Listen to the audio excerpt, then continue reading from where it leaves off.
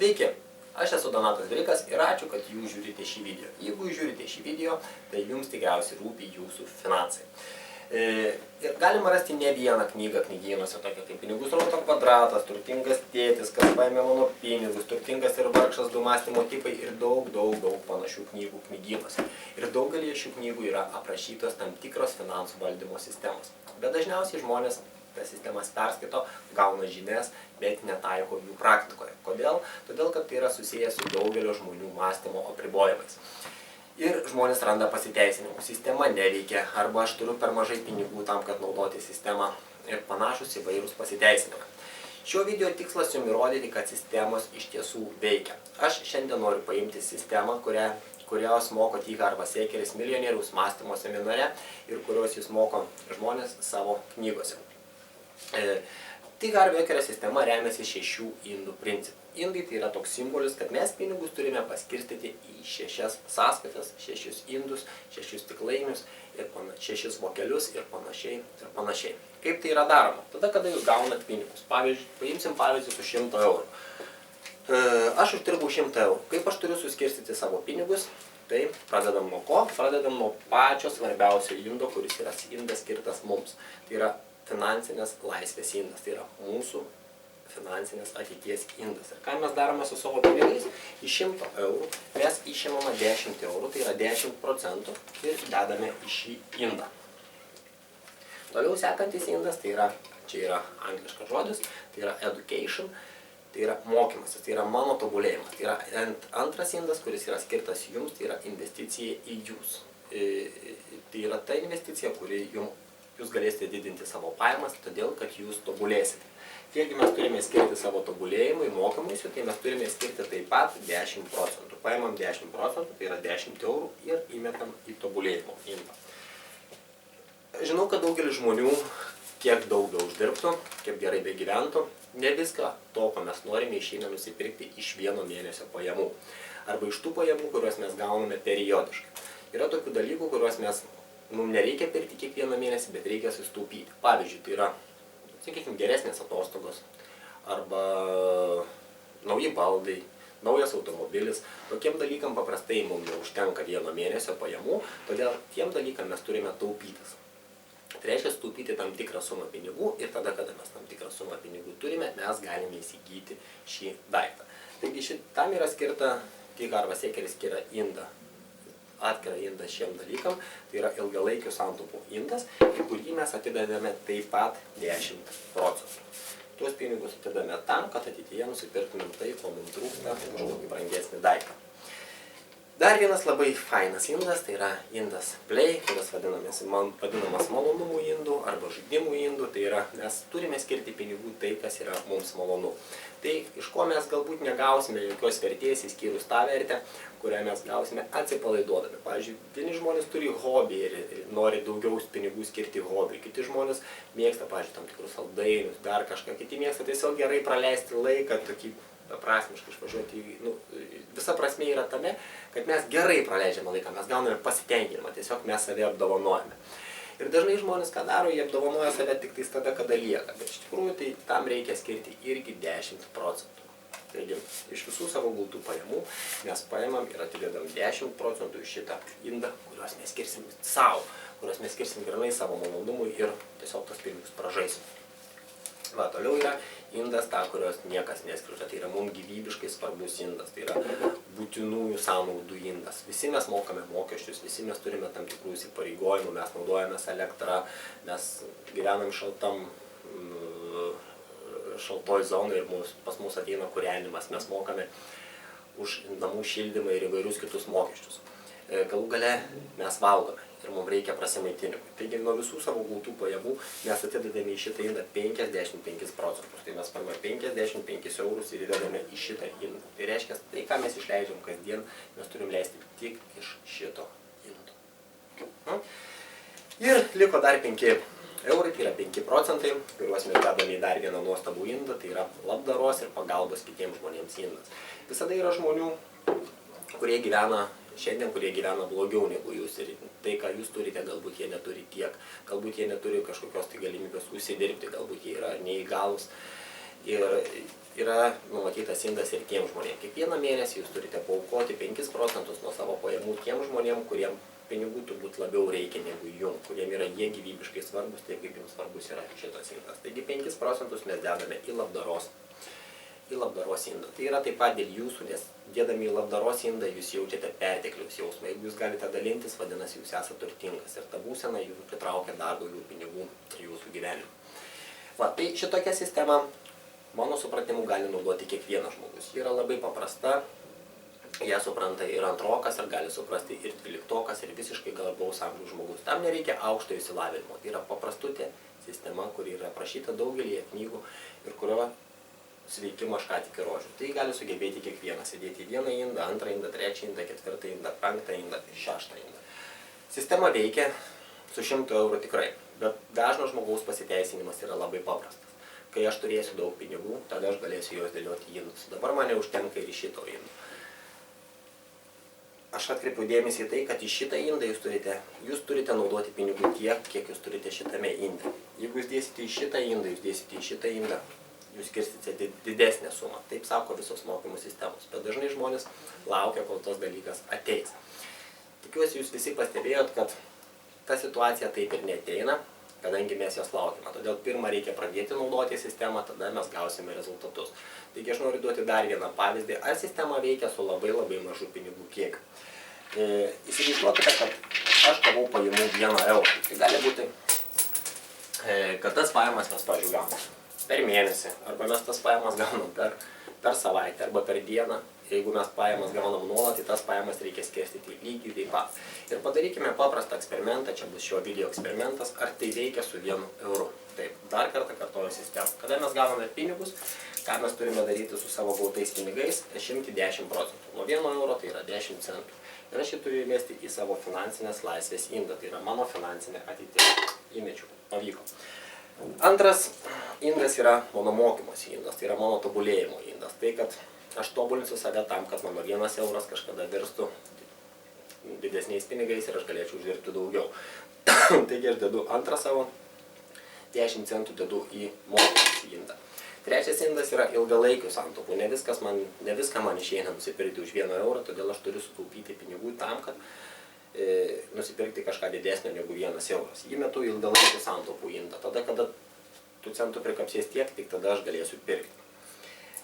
Sekantis indas tai yra žaidimų indas. Tai yra tai, kas yra man malonu. Ten taip pat atidedu 10 centų. Nors ir gaunat 1 eurą, vis tiek reikia atidėti 10 centų malonumams. Pavyzdžiui, už 10 centų galima nusipirkti kokį malonų niekutį, saldainiuką, kuris jums suteiks malonumą. Tada yra indas, iš kurio mes turime pragyventi, tai mums lieka 55 centai. Jeigu mes gauname eurą, mes turime išmokti pragyventi su 55 centais, kad vėliau mes gautumėm daugiau. Ir paskutinis 5 centai eina į labdaros. Jeigu jūs turite eurą, kažkas negauna nei 1 euro. Gyvenime, todėl mes galime pasidaryti 5 eurais duoti tiem, kam labiau to reikia. Kaip matote, man ką tik pavyko suskirstyti ir 1 eurą. Taigi techniškai sistema veikia ir su 1 euru, ir su 100 eurų.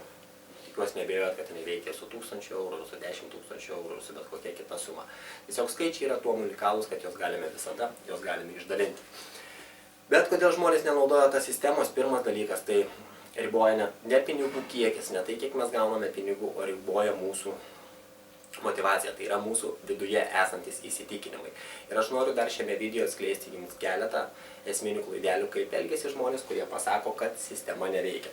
Aš pasimsiu vėl 100 eurų, kad aš gavau dar kartą, gavau 100 eurų ir iliustruosiu pačias dažniausiai pasitaikančias klaidas, kaip elgiasi žmonės, kada sistema pradeda nebeveikti. Pirmas dalykas, aš rodžiau tokiu eiliškumu, kokiu eiliškumu tai reikia daryti. Kada žmonės gauna pajamas, dažniausiai yra taip.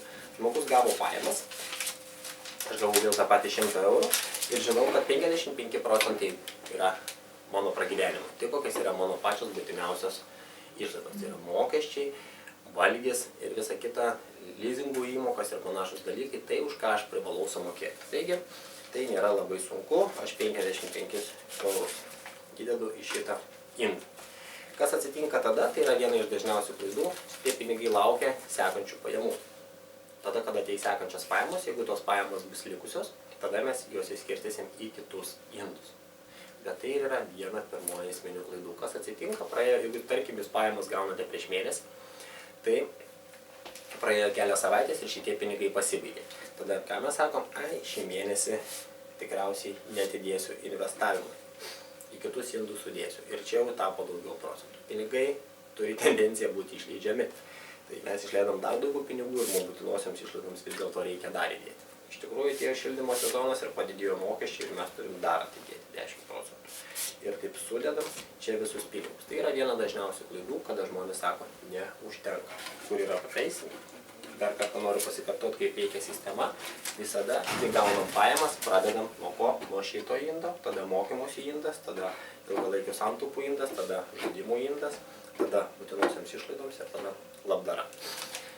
Turi būti tokių eiliškumų.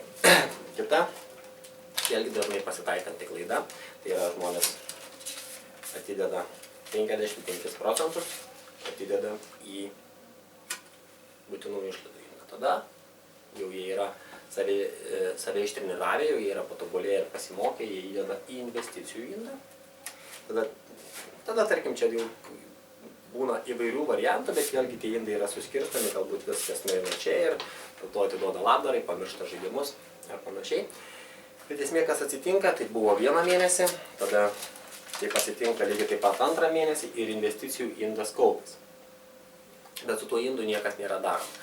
Tai šitas indas jis turi būti iš jo, neturi būti išimama, bet šitie pinigai investicijų indė turi būti įdarbinami. Tai reiškia, kad jie turi būti perduodami kitam verslui, į akcijų rinkose ar paskolinami kažkur taip, kad jie duotų grąžą ir tie pinigai uždirbtų. Tokiu atveju jūs pasieksite finansinę laisvę. Trečia didžioji klaida yra, kad žmonės ką daro, jinai rečiau pasitaikanti klaida, bet tikrai dažnai pasitaikanti klaida, tai kad žmonės atideda, čia atideda 55 procentus, tada čia atideda 10 procentų, tada galvoja, kad mokytis jiems jau nebereikia, nes jie baigė universitetą ir taip jau viską žino, tai čia nededa, tada padeda daugiau ilgalaikiam santaupom ir galų gale, tam, kad būtų geri, duoda labdarai ir žaidimų indą lygiai taip pat pamiršta, o įmeta į tą indą, kuris yra būtinosiam išlaidom, didina būtinosias išlaidas. Kas atsitinka tokių variantų?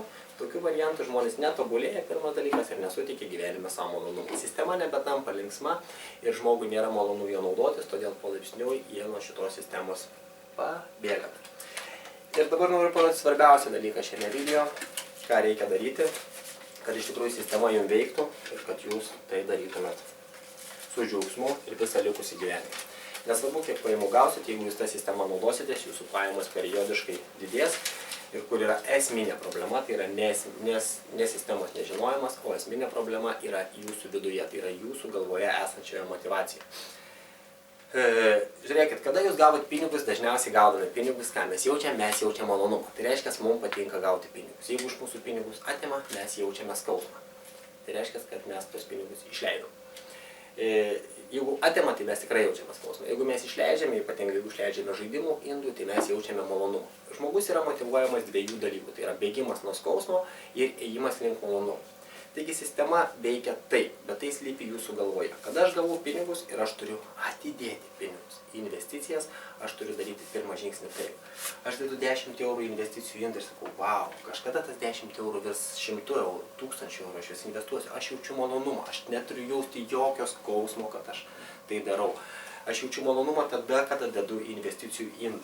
Kas turi būti, jeigu aš neįdėjau, jeigu aš gavau pinigus ir aš noriu pereiti prie šito indo, aš turiu skaudėti, aš turiu blogai jaustis, ką aš darau, aš netidedu investicijom. Tai reiškia, kad mano įsitikinimai turi būti tokie, kad aš būtinai, aš privalau taip kaip pavalgyti, taip pat aš turiu atidėti savo ateičiai, kitaip aš neturėsiu ateities. Jūs tikite savo ateitį, tai jūs turite tikėti ir savo pinigų ateitį. Antras dalykas, kada jūs dedat į mokymosi indą, jūs taip pat matot, jūs dėdami turite galvoti, kokią knygą aš nusipirksiu, kokį seminarą aš įsigysiu, ta prasme, galbūt aš savo sveikatą patobulinsiu, galbūt aš patobulinsiu savo žinias, gal aš pakeisiu savo įsitikinimus, jūs turite žinoti, kam su malonumu, jūs turite laukti, kol išleisite tos pinigus tam, kad jūs būtumėte tobulesni. Tai reikia daryti su malonumu. Jeigu jūs to nedarot, lygiai taip pat jūs turite jausti skausmą. Ilgalaikės santaupas. Dėl ilgalaikių santaupų indų paprastai žmonės sieja tai su malonumu, dėl to, kad tai, ką mes taupom, mes surišam, tai yra mūsų tikslas, mes surišam su malonumu. Pavyzdžiui, jeigu mes taupom ant naujos mašinos, mes jau pradedami taupyti įsivaizduojam, kaip mes vairuosim tą naują mašiną. Jeigu mes taupom ant naujos lovos, mes suprantame, kad miegodami naujo lovai mes įsimiegosim patogiau. Todėl čia mes atrandam motivaciją. Taip, žaidimus. 10% žaidimus. Čia yra kita klaida.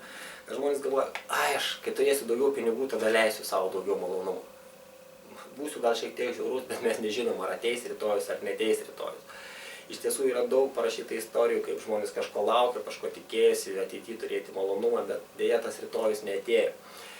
Ir kad jums tai nebūtų, tiesiog žaidimam reikia leisti čia ir dabar. Tiesiog mes gyvenam vieną kartą ir tiesiog tą gyvenimą turim nugyventi realizuodami save ir padarydami tai, kas yra mums malonu. Jeigu jūs jau naudojate tą sistemą, jūs nusipelnėt save apdovanoti, tai tada lygiai taip pat su malonumu jūs čia įdėkit pinigus ir lygiai taip pat su malonumu juos išleiskit. O jeigu jūs to nepadarot, supraskit, kad jeigu jūs nesuteikėt savo malonumą, nukrito jūsų energija ir jūsų indai vis mažėja. Lygiai taip pat ir šitą indą jūs turite dėti su malonumu. Skausmas čia yra aiškus. Jeigu jūs nesumokėsit už šildymą, tikriausiai jie atjungs. Jeigu jūs nesumokėsit už kabelinę televiziją, jums tikriausiai jie atjungs. Todėl čia mes skausmą aiškiai žinome, bet su malonumu supraskit, kad aš turiu pinigų tiek, kad aš pragyvenčiau. Ta prasme, tam, kad aš padengčiau savo būtinasias išlaidas. Ir su malonumu jūs čia įdėkite į tai indą tam, kad jūs jų nebeturite. Jūs jas išleisit tam, kad būtina jums gyventi. Ir labdarai atiduokite irgi su ypatingu malonumu. Dėl to, kad supraskit, kad jeigu jūs uždirbat pinigus, jūs turite sveikatos, jūs patenkat į darbingų ir aktyvių žmonių į grupę. Ir todėl yra žmonių, kurie dėja negali užsidirbti ir jūs turite perteklius. Dalinkite savo perteklius su kitais ir tai pritrauks jūsų gyvenimą daug daugiau gėrio. Taigi pagrindinis dalykas yra ne sistemos klaida, o pagrindinis dalykas yra tai, kas slypi mūsų viduje, tai yra kas slypi mūsų galvoje. Ir jeigu jūs į kiekvieną indą dėsite pinigus su malonumu, tai yra jūsų